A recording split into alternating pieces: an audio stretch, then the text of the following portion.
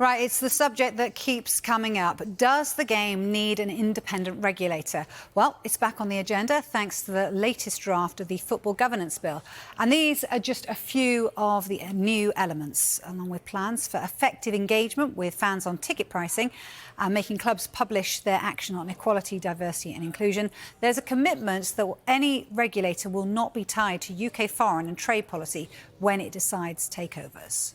It's a long concern that we've had that the regulator has to be independent.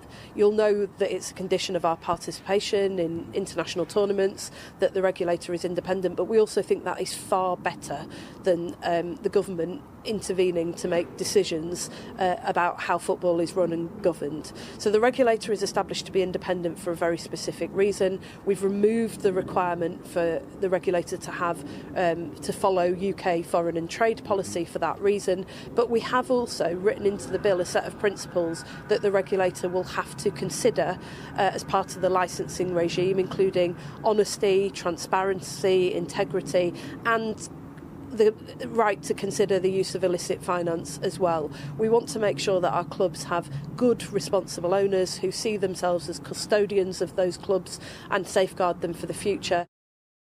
Now, one of the other new elements in the bill grants the regulator extra power to rule on parachute payments, as you see there.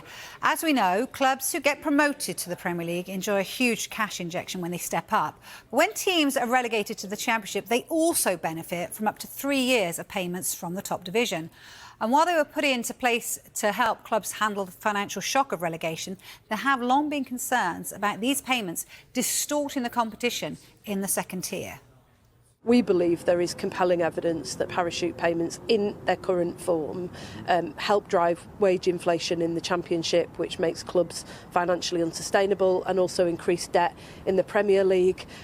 We want to ensure that the leagues remain competitive, that people can move between leagues and have that element of competition and jeopardy and risk, which is at the heart of the joy of football. And so we believe it's essential that the regulator is able to consider parachute payments as part of their wider consideration.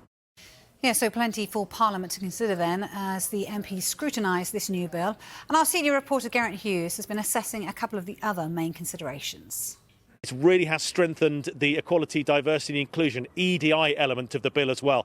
Quite a lot of criticism in the previous iteration of the bill that part was stripped out.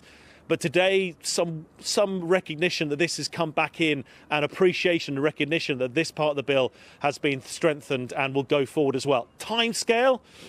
How long is a piece of string? However, there is some momentum to get this bill through. It goes through a period of scrutiny now after it's gone to the Lords and the Commons. So we're looking at next summer before we get a better idea of where this is going to go, when it could become legislation, when a regulator could begin its work. So we may be looking 12, 15 months perhaps before this becomes legislation.